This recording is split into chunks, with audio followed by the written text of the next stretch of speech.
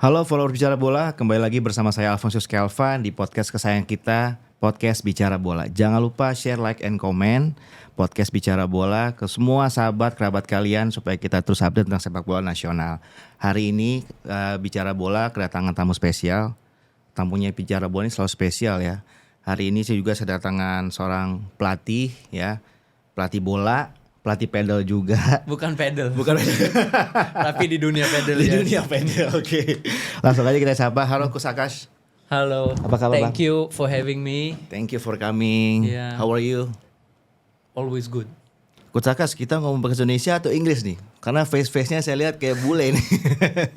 Lebih kayak teman saya sih, kayak Dutra mukanya. Oh, iya. Dutra di mall dipanggil Coach Akash. Oke. Kalau kamu di lapangan dipanggil Dutra ya? Dipanggil Dutra. Oke, Coach Akash, sekarang sibuk apa nih? Sekarang kita sibuk di dunia sepak bola, di Academy Pro Ball. Kita juga di futsal yang namanya ANFA. ANFA, oke. Saya juga sekarang di dunia pedal di federasi, dan kita juga berbisnis di fasilitas-fasilitas olahraga terutama di pedal. Ya, ada futsalnya dan sepak bola juga, mini soccer. Oh. Jadi di luar itu semua ya fasilitas olahraga. Berarti emang suka olahraga ya? Emang Tapi suka lebih ke mana nih, pedal atau bola? bola kental mah Bola itu ya? kalau bola kental. Berarti teknik-teknik bola bisa dipakai di pedal juga nih enggak? Gerakan kakinya yes. Gerakan kaki pasti. ya? Berarti Pasti. pakai kon juga ya? Pakai footwork, Iya, oke. footworknya pasti. Oke, Coach Akash. Saya dengar-dengar kan sekarang Coach Akash lebih fokus juga ngelatih usia-usia muda ya? Iya. Nah, Coach Akash juga mungkin udah baca nih di sosial media tuh lagi rame tentang John Hartman. Dia mengatakan kalau pemain muda kita tuh minim taktik katanya. Iya. Gimana nih tanggapan Coach Akash tentang ini? Menurut saya remark dari coach seperti itu ya benar sih. Emang ya? kita jauh ketinggalan. Yang coach ngomong adalah taktik ya. Tapi lebih basic dari itu aja teknik. Teknik ya? Yang menurut saya kita jauh. Jauh ya? Misalnya saya pernah ya youth di Singapura. Kita waktu itu saya Balestier Central. Kita uji coba sama tim J1 ya. Waktu itu datang.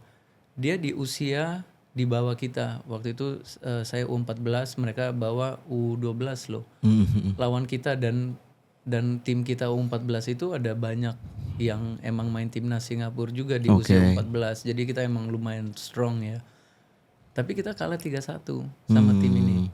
Dan saya lihat walaupun saya baru umur 14, saya juga lihat cara mereka warming up-nya aja. Udah beda ya? Di lapangan, sentuhan-sentuhan bolanya aja itu jauh beda. Udah kayak robot gitu.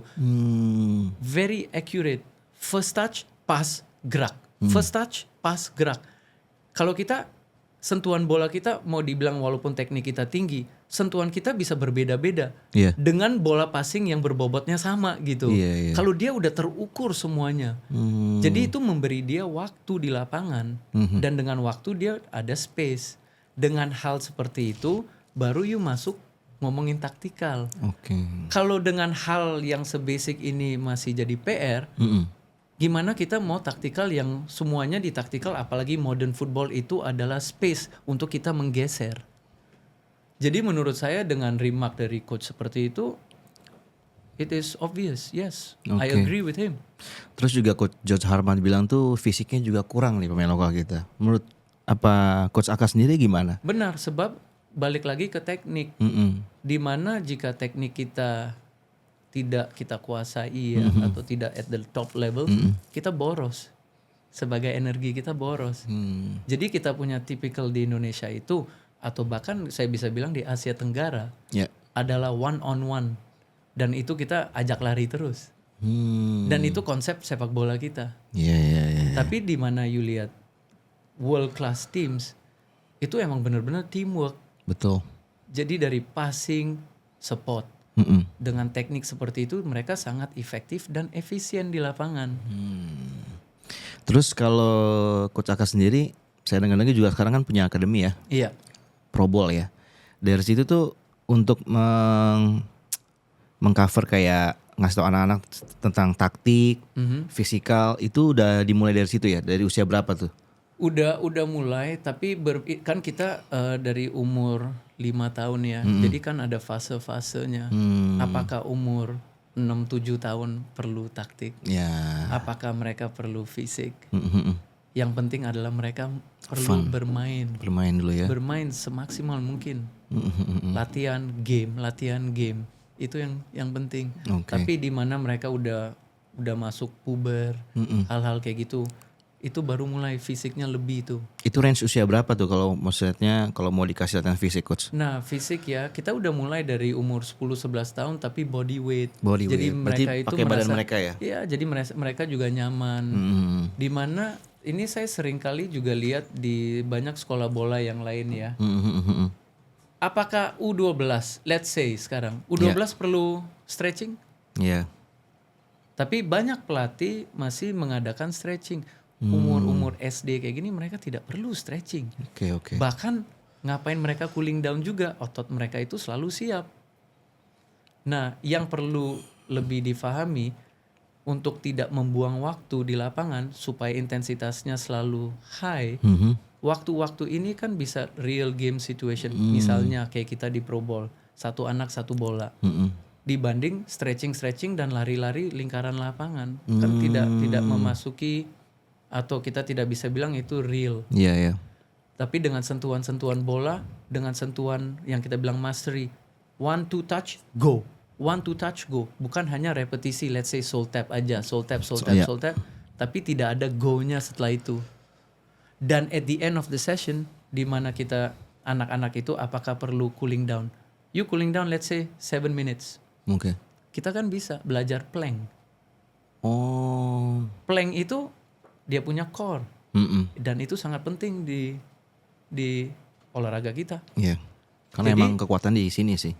Daripada dia ya yang gak jelas kayak gitu, kenapa nggak di ya usia 10 tahun ini udah mulai nih. Iya. You bisa belajar push up. You coba lihat berapa anak di sekarang ya yang ngerti push up. Gak banyak. Tekniknya, tapi itu tugas kita mengajarkan mereka. Mungkin mereka nggak dapet di sekolah juga. Betul. Tapi di kita mereka mesti belajar untuk mereka rasa nyaman dengan badan sendiri. Nah, waktu udah usia masuk ke 13, 14 ada lebih tuh bebannya. Jadi ada fase-fasenya untuk mereka sambil penumbuhan badannya. Kalau taktik itu gimana Coach cara kita memberikannya kepada anak nih dari Coach sendiri? Menurut saya taktik itu ya kalau udah masuk umur 10 tahun, at least ada dari Pro Bowl ada DNA kita sendiri. Gimana kita udah mulai kayak modern football, play from the back, positioning, jadi nggak ngumpul. Tapi kalau kita lihat umur 7, 8 tahun, 9 tahun itu masih ngumpul. Masih ngumpul ya. Tapi itu bukan sesuatu yang menurut saya kita aja yang seperti itu atau ini seluruh dunia seperti itu. Tapi apa yang anak ini mendapatkan adalah euforia kompetisi. Jadi itu membangun mental dia juga. Pas dia lebih pede, umur masuk 10 tahun, 11 tahun. Nah, yang simple-simple. Jadi nggak sangat tactical oriented banget. Pas mulai usia 13, 14, udah main 11 lawan 11. Itu baru mulai tuh taktik. Baru mereka memahami. Tapi kalau dibilang usia 10-11 tahun udah mesti main kayak gini, nanti siapa bilang left back itu tidak bisa jadi striker? Siapa yang ambil keputusan itu? Oke. Bisa aja dia main left back hari ini. Besok saya pasang dia right back. Besok saya pasang dia striker. Bener. Emang bener sih Coach, kayak di akademi saya sendiri itu kadang usia-usia kayak 10 tahun, 8 tahun gitu kan. Hari ini dia jadi back. Di Pro Bowl kita bilang ini kurikulum dari Pro Bowl, kita bilang don't let a player be a tactical idiot, Oke. a position idiot.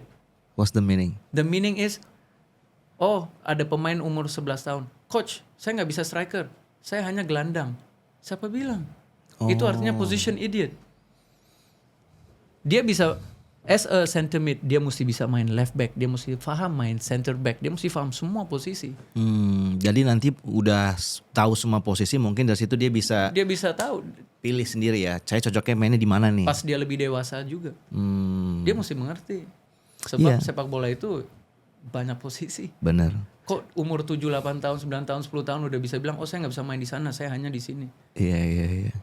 Tapi emang kadang-kadang juga di akademi saya yang saya bilang tadi itu, hari ini dia jadi defender, besok striker. Kadang pernah coach saya mau jadi kiper. Ya udah, coba aja.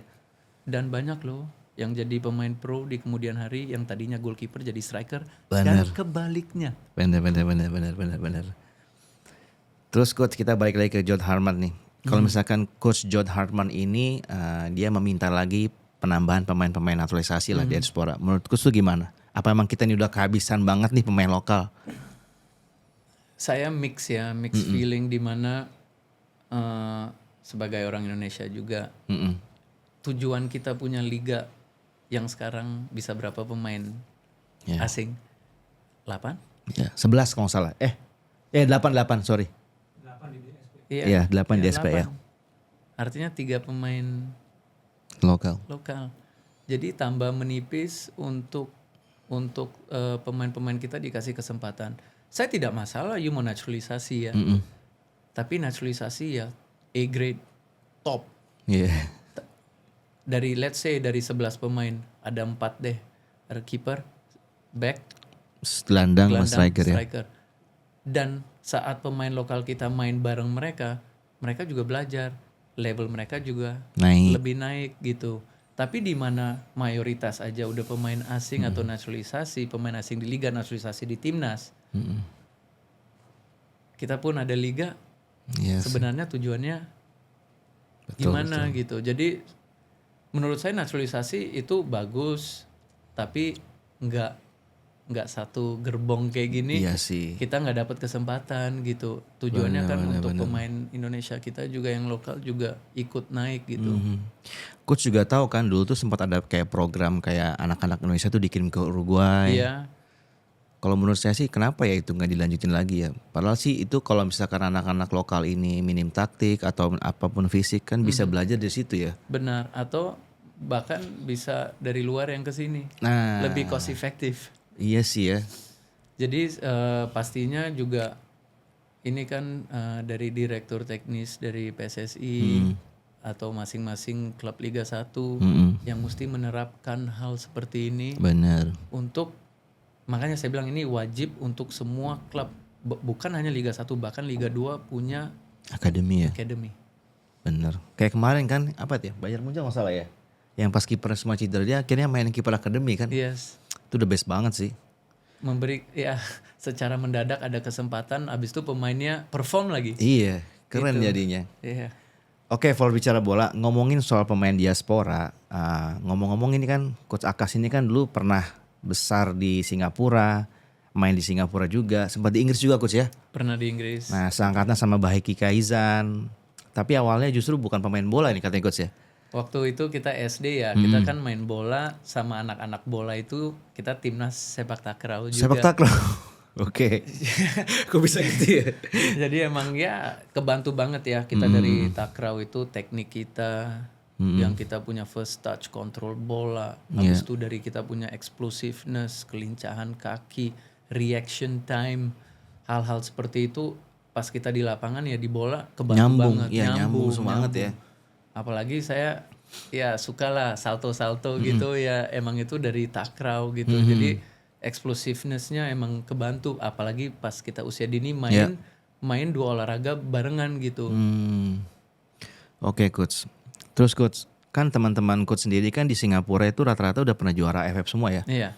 Tapi sekarang nih kenapa nih talenta-talenta Singapura ini tidak sebagus dulu nih Coach?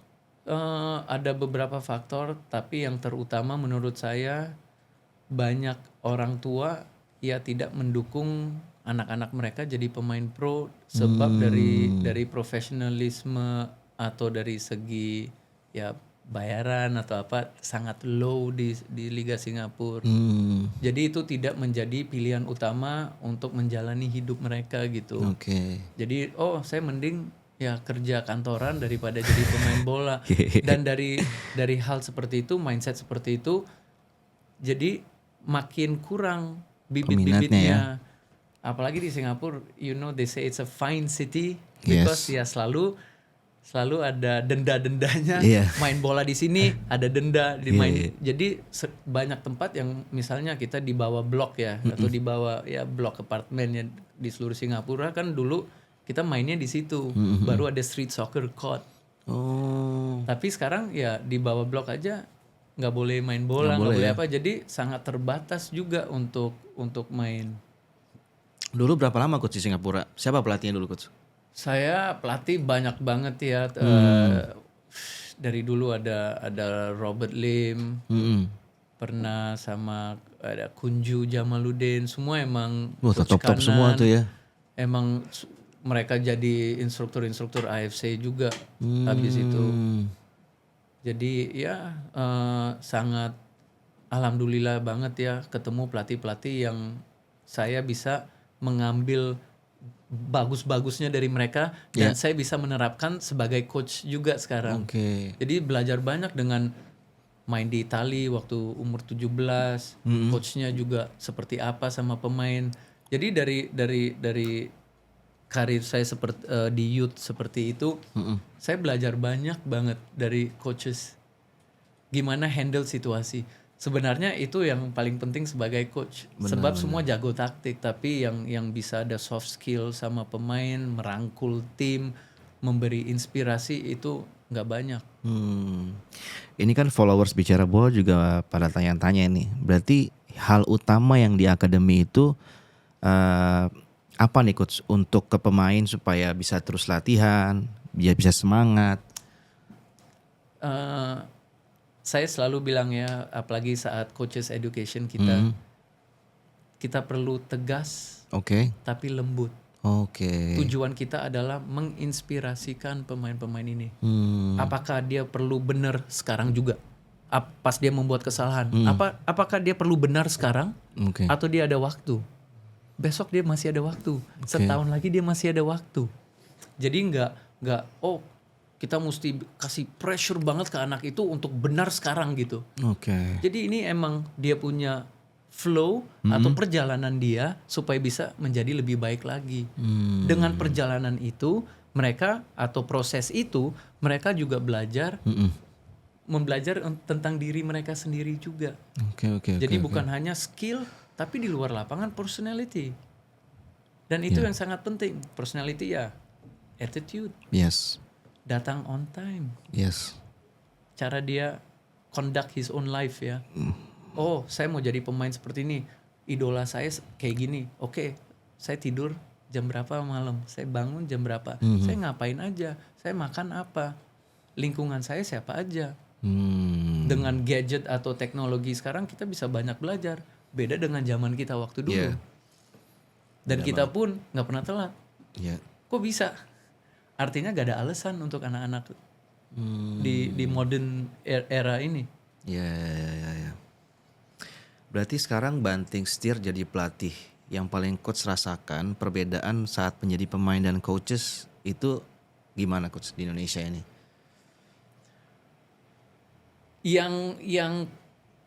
Yang bisa dibilang sangat kontras adalah management skill. Skill manajemennya itu. Sebagai coach itu kamu tidak memikirkan hanya untuk diri kamu sendiri tapi untuk semua. Apalagi kita di academy, kita emang ya semuanya dari ekosistemnya, dari orang tua, pemain, coaches. Dan gimana kita bikin kondusif banget dari semua aspek stakeholdernya. Jadi dari hal-hal seperti itu kalau terjun langsung ke lapangan as a coach, gimana kita merangkul pemain, gimana kita non-stop koreksi, hal-hal seperti itu tidak mudah. Sebagai pemain, kita di dalam lapangan kita fun, ya kita emang kompetitif, tapi di luar lapangan banyak yang perlu di planning. Oke. Terus coach, tadi kan coach juga cerita pernah main di Singapura kan, waktu usia muda waktu ya. Iya. Usia berapa waktu itu coach? Dari U12. U12 ya. Iya. Nah itu ketika coach di sana dan jika dibandingkan dengan yang sekarang ya, perbedaannya dengan usia-usia pemain muda di Singapura dan Indonesia itu apa coach perbedaannya? Dibanding waktu zaman saya youth Iya. sama sekarang. Ya, tapi sekarang masih ke Singapura juga sekarang. Iya, Nah, kalau masih. kita let's say kita ngomong bahas yang sekarang lah, Oke. Attitude terhadap coach. bukan attitude terhadap dia main bolanya. Oh, Untuk kita zaman kita gak ada sekolah bola. iya sih. Gak ada sekolah bola. Iya. Antara kamu itu jago dan dipilih atau kamu pilih hal yang lain gitu, Iya, benar, cabur yang lain. Jadi udah disaring. Kalau sekarang di tengah-tengahnya itu ada sekolah bola. Dan saya lihat ya pemain-pemainnya di zaman kita ya emang itu udah yang the best. Rombongannya udah yang paling oke gitu. Dan kita semua mau jadi apa? Mau jadi pemain bola.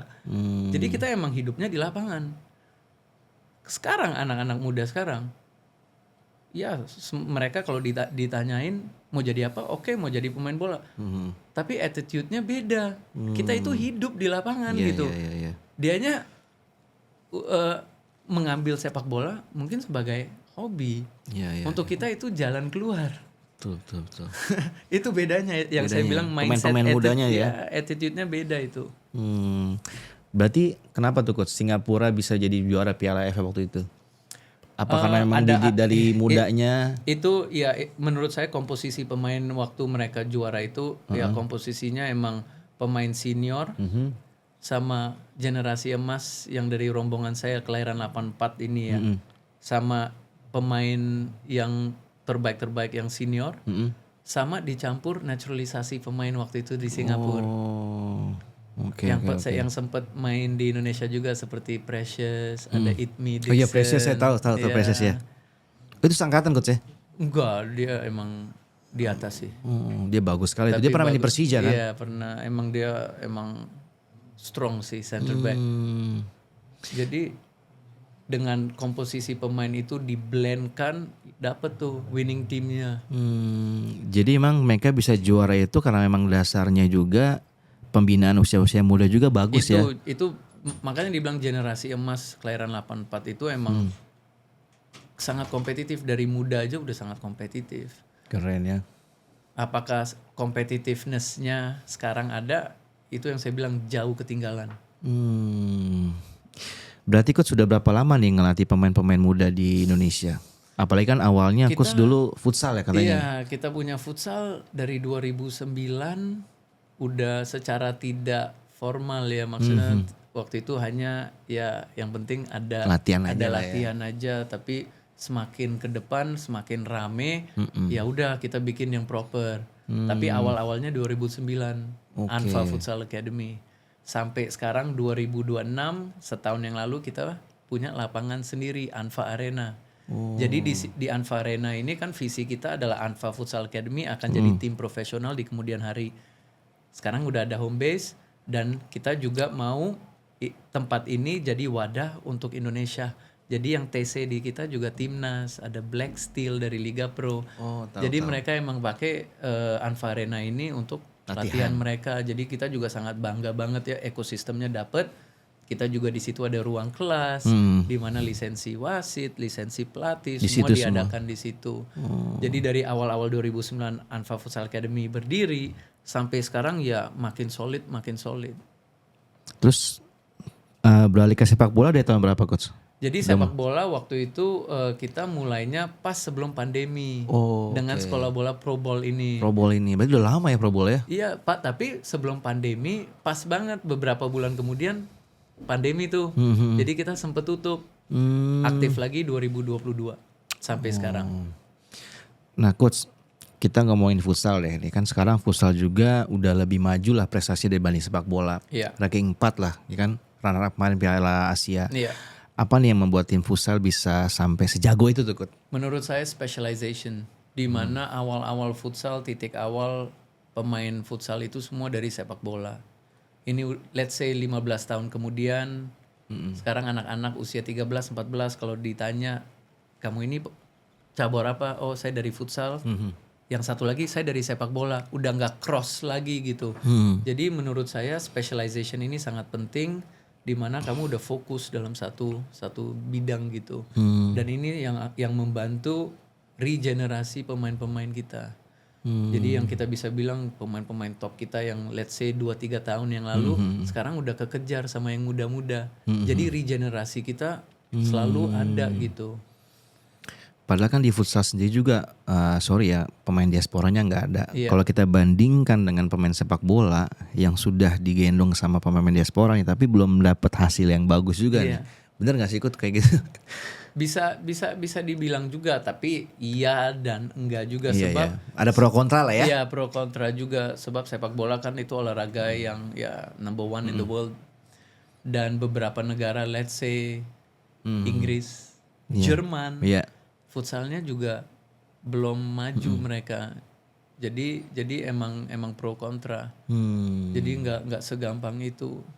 Tapi balik lagi sih yang dibilang tadi naturalisasi itu program menurut saya sangat penting, tapi bukan untuk maksudnya dibikin gara-gara itu baru sukses. Itu mesti menjadi pelajaran atau jembatan untuk pemain kita levelnya bisa lebih baik lagi. Ya, ngebantu lah ya pemain-pemain untuk bisa bersaing lagi. Setelah itu fokusnya mestinya di usia dini juga. Kayak kita di futsal ya ada Liga AAV. Itu se-Indonesia. Oh, se-Indonesia ya. Jadi nanti setiap tahun ada grand championnya. Jadi setiap provinsi nanti mengirim. Jadi udah kayak tertata deh. Kalau kita di sepak bola kan banyak kompetisi usia dininya. You mau IJL, IJSL, like ada banyak banget, di mana itu kan swasta juga. Mestinya ya balik lagi ke setiap klub itu sebenarnya diwajibkan Liga 1, Liga 2 mesti ada usia dininya sampai U12, 14, bahkan mau U10.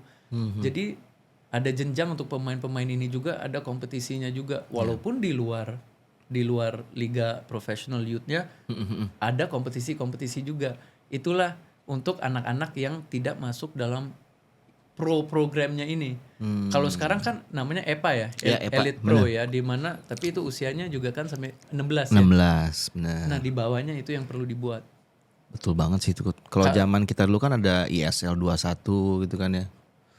Nah, jadi itu yang dibilang kita ketinggalan, dari coach bilang, "Oh, kita ketinggalan dari segi taktik, dari segi fisik, sebab dari Elite Pro-nya aja 16, mestinya nurun tuh ke 8." Masuk akal, benar. Jadi ada fase-fasenya. Balik lagi ke futsal nih coach. Kan Liga Futsal sendiri kan sudah naik kelas nih liganya kan, karena prestasinya cukup baik kemarin di timnas. Sedangkan sepak bola kita aja nih liganya masih ketahan nih di 10 besar di Asia Timur. Menurut coach sendiri bagaimana nih? Melihat apa nih penyebabnya nih? Kok liga kita nih masih begitu-begitu aja, dari pengalaman coach yang udah pernah main di sana di luar negeri kan? Dari versinya coach aja deh. Menurut saya ya, liga yang bikin itu semua kan banyak stakeholder ya. Semuanya pengaruh nih dari fan. Sekarang kita fan udah berapa tahun kita di ban? Iya sih benar. Padahal pemain asing udah ditambah padahal ya, tapi masih belum bisa narik ya. Enggak, kan kita masih ada peraturan yang away fans tidak bisa di stadion gara-gara yang di Malang Arema. Iya. Itu sangat pengaruh banget. Oke. Jadi dari segi pemasukan, dari fan base, merchandise, ya itu balik lagi ke klub punya budgeting, membawa pemain-pemain yang lebih kelas A deh dari segi pemain asing. Jadi menurut saya animonya ya dari fans sih. Dimana kalau kita bisa mulai lagi open ya, 30-40 ribu penonton di stadion. Menurut saya waktu ISL you lihat 2009, 8, 9, 10 deh. Itu dapat tiket aja susah loh. Iya sih. Dan you lihat kita punya animo dari liganya itu jalan banget. Dulu ya. Ya dibanding sekarang. Tapi kalau mau dibilang dari segi skill pemain atau level performa bisa juga sekarang lebih baik. Lebih Meningkat baik lah ya. Ya, lebih baik. Tapi itu dari stakeholder kan banyak faktor gitu. Terutama di Indonesia adalah fan base. Iya ya. Nah ngomongin liga nih Kut, berarti soal pendekatan taktik tadi kan, sebagian besar tim-tim di Indonesia ini kan udah bermain secara pragmatis lah. Sedangkan John Hartman sendiri ini lebih mementingkan hasil lah Iya. daripada yang pragmatis tadi. Harusnya nyambung kan Coach ya. Tapi kok ini lebih kayak jadi kayak concern gitu ya. Menurut Coach gimana tuh? Dalam hal apa concern? Dalam hal taktik tadi tuh. Kan kalau tim-tim biasanya pragmatis ya kan. Tapi Hartman ini lebih pentingnya ke hasil. Kamu itu compete ya. Kamu ikut kompetisi untuk apa? Untuk juara. Harusnya itu ya. Kita itu ikut kompetisi untuk apa sebenarnya? Untuk juara sebenarnya. Nah, as a coach juga Alphonse, saya mau nanya. You main beautiful football. Possession 70-30. Ya oke. You kalah 1-0. Dibanding you yang 30% possession, you park the bus dengan apapun, you counter dapat gol. You milih mana? Yang tadi, yang counter tadi 30%. At the end semua itu dari hasil. Karena orang main bola nggak mungkin nanya, lu main bagus apa enggak? Iya. Menang atau enggak? Iya. Itu. Lu menang apa enggak tadi? Skor berapa? Itu kan ya. Iya. Bener juga sih. Jadi menurut saya, ya pasti kita kan yang kita mau adalah untuk menggabungkan itu dua. Benar. Ada DNA kita sendiri, style of football kita sendiri. Dengan kita punya level seperti apa, pemainnya bukan kita maunya mesti main seperti gini, tapi dari timnya hanya bisa seperti ini kan nggak make sense juga. Iya sih, benar. Jadi dari kebutuhan tim seperti apa, itu yang kita buat untuk tim. Betul. Supaya efektif, efisien, dan kita kejar menang. Itu tujuan kita kompetisi. Jadi menurut saya yang kalau emang diutamakan hasil ya of course, for sure. Bener juga sih. Setuju sih kalau sama Hartman. Bang, kita minum dulu bang.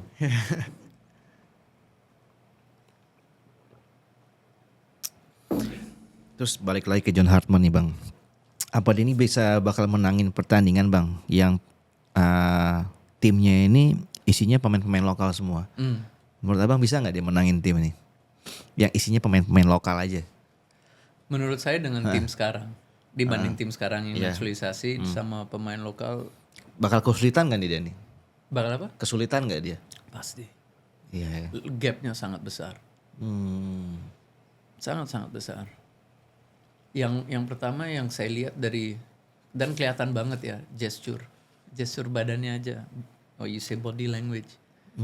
Pemain kita nggak sepede itu di lapangan, pressure banget, tegang. Pemain-pemain ini lepas, sangat semuanya bisa flow di lapangan. Sebab mereka udah melakukan ini di level tinggi juga, banyak dari mereka. Setiap minggu, setiap pekan.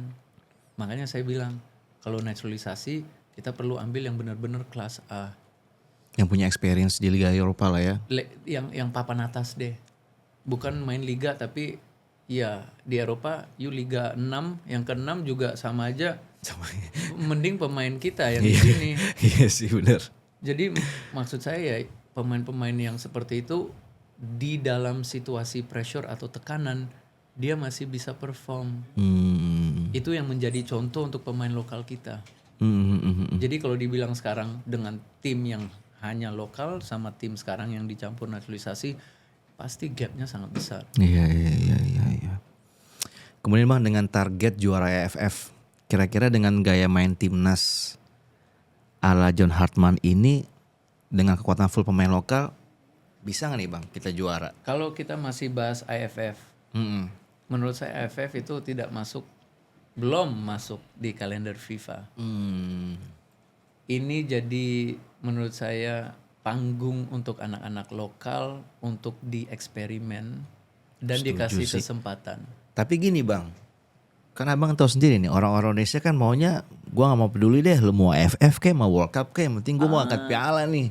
Gak juga sih. Nggak juga ya? Gak juga, dimana sekarang orang udah mulai paham, udah mulai mengerti, dan itu job kita di dalam sebagai stakeholder di sini, job PSSI juga untuk mengedukasikan. Plannya apa kita ke depan? Jadi hal-hal kayak gini. Roadmapnya harus jelas ya. Jadi kita bisa untuk sosialisasi ke masyarakat dan rakyat. Dan itu menurut saya ada poin-poin penting, apalagi AFF. Masih aja kita bicara AFF.